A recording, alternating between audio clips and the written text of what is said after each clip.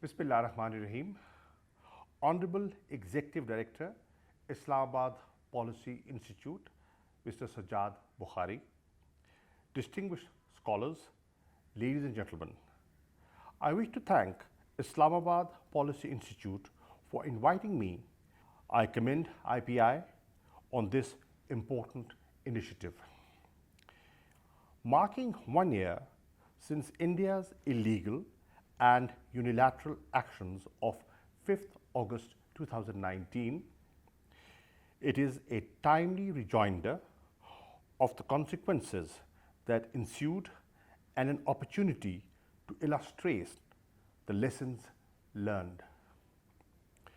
These lessons are not just germane to Kashmiris and to Pakistanis, but in the current geopolitical context, applicable to regional states as well. They have a bearing, I feel, on the region's collective capacity to navigate the simmering turbulence. India, the largest state in South Asia, has undergone far-reaching transformation.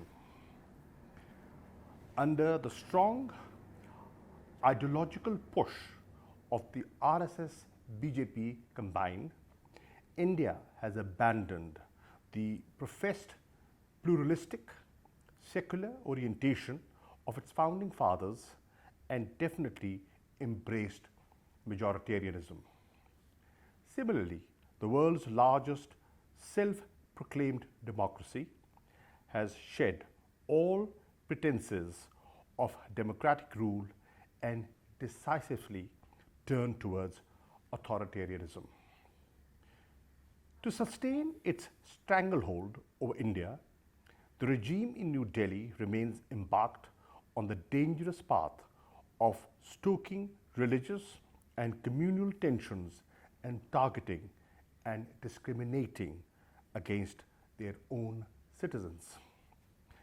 The RSS-inspired Hindutva ideology, once a fringe in Indian politics, has today captured mainstream space and is exercising a growing and overwhelming influence on key Indian state institutions. I wish to direct your attention to three core tenets of Hindutva that should be of particular concern to every peace-loving South Asian. A. Of re-engineering India into a purely Hindu Rashtra. A corollary to this is the complete negation of the sizable minorities, their cultural heritage, and the immense diversity of the country and the region. Today, Islamophobia is rampant in India and growing.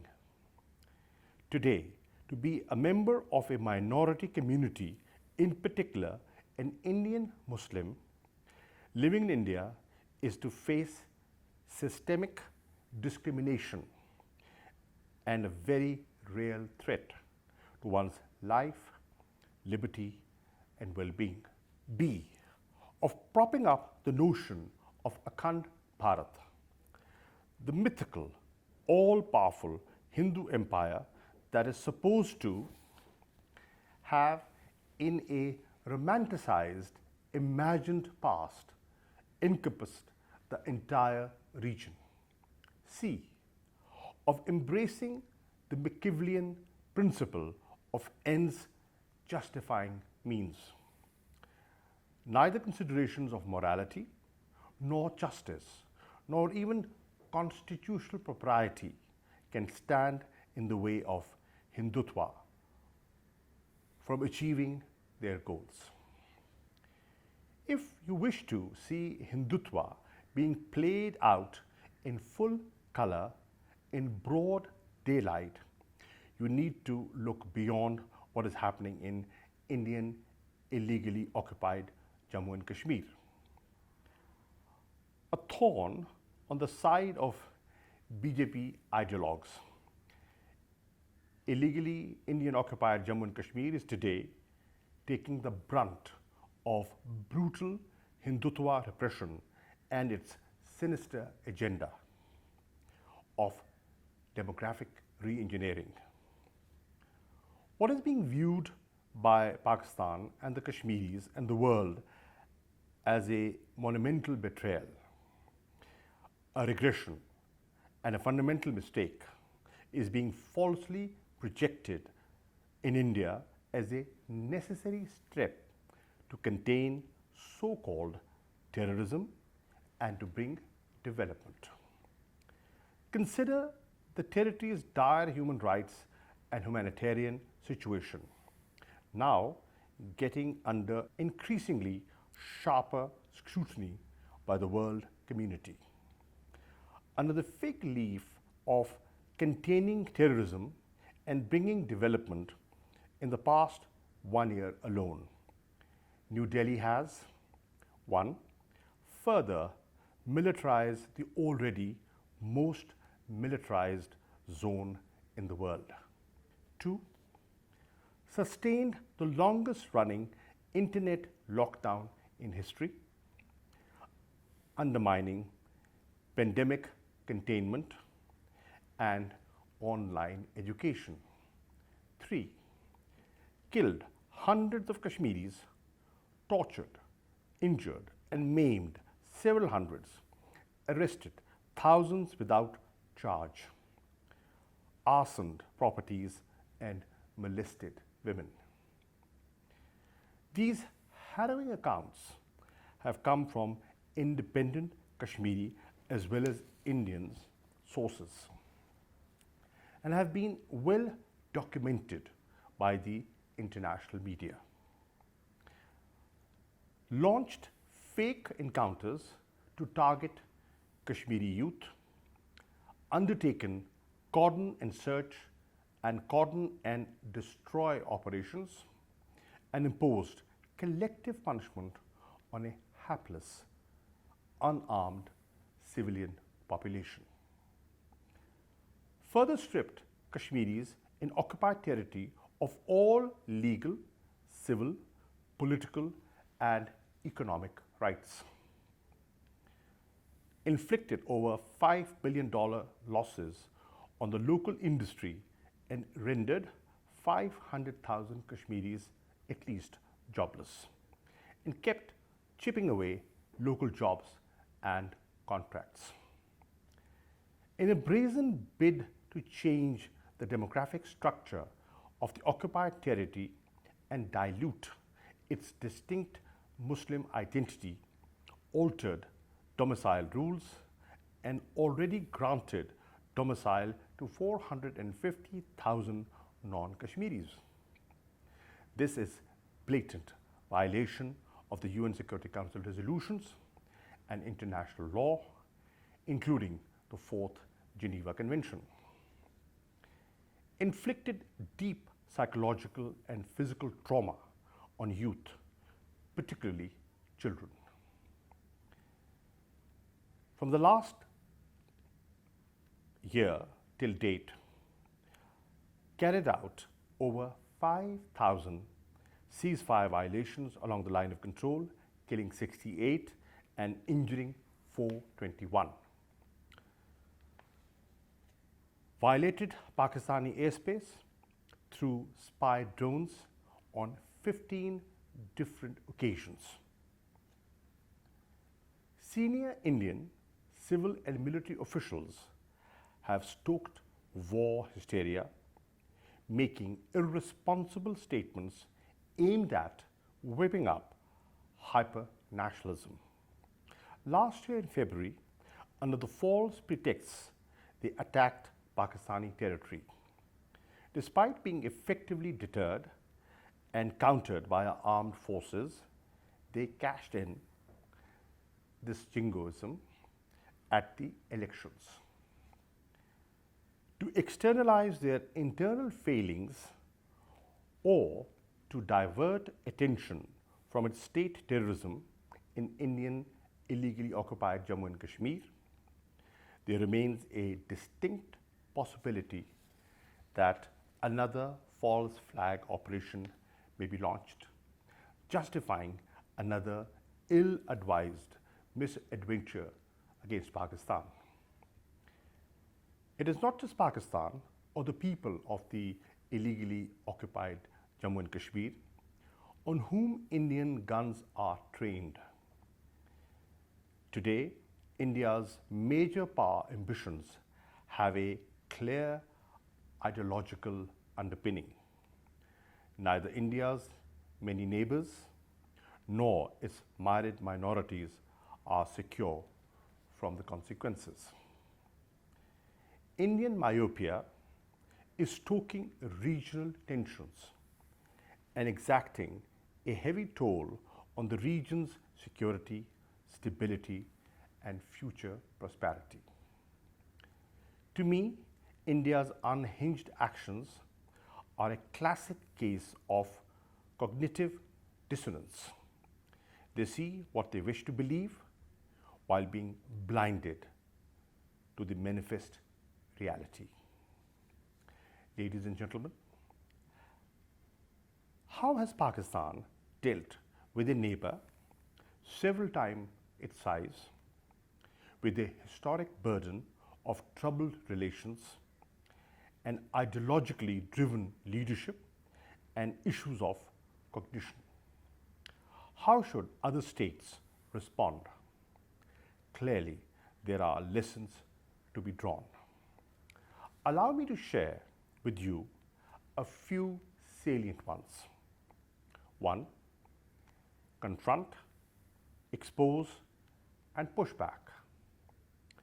Just as it was a mistake to appease fascism a century ago, it is a mistake to appease Hindutva today. Over the past year, Pakistan has marshaled the full political, diplomatic, and moral strength at its command to highlight the plight of the Kashmiris, support the cause for self-determination in line with the UN Security Council resolutions, and expose Hindutva and its perils. At every forum, every interaction, every opportunity, we have been advocating the Kashmiris' case and pressing for their inalienable right to self-determination.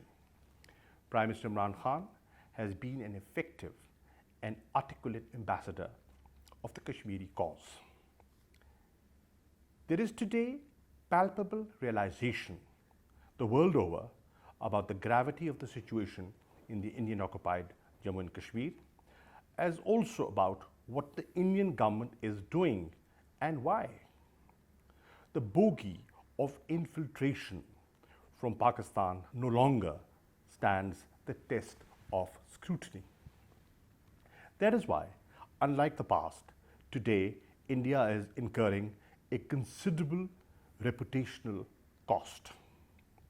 The UN Security Council has discussed the Kashmir issue now for the third time since August 2019. This has happened after a hiatus of nearly 55 years. Going forward, if Hindutva is to be contained, or at least its worst impulses checked, it will need to be exposed with even greater courage, vigor, and potency. 2. Deter. A year ago, Narendra Modi launched a false flag operation, wrecked up war hysteria, and despite being effectively deterred by our armed forces, cashed it at the ballot box. The challenge before Pakistan was to prevent conflict that would be disastrous for the region, while ensuring that India's aggressive actions did not go unpunished. We exercised our right to self-defense and demonstrated our will and capacity to respond to any misadventure. It was Pakistan's maturity, restraint, and responsibility, but also a firm resolve that de-escalated the standoff and helped preserve the peace. Pakistan continues to maintain military preparedness. We stand ready to respond to any misadventure firmly and effectively. 3. Douse the fire. Fire cannot be fought with fire. Just as fire needs to be doused with water, intolerance can only be overcome with understanding and hatred with compassion. Immediately upon winning the elections, Prime Minister Imran Khan had extended the hand of friendship. He had offered to take 2 steps forward towards peace if India took 1. It is unfortunate that the Indian leadership misread our intent as weakness and spurned all offers of dialogue.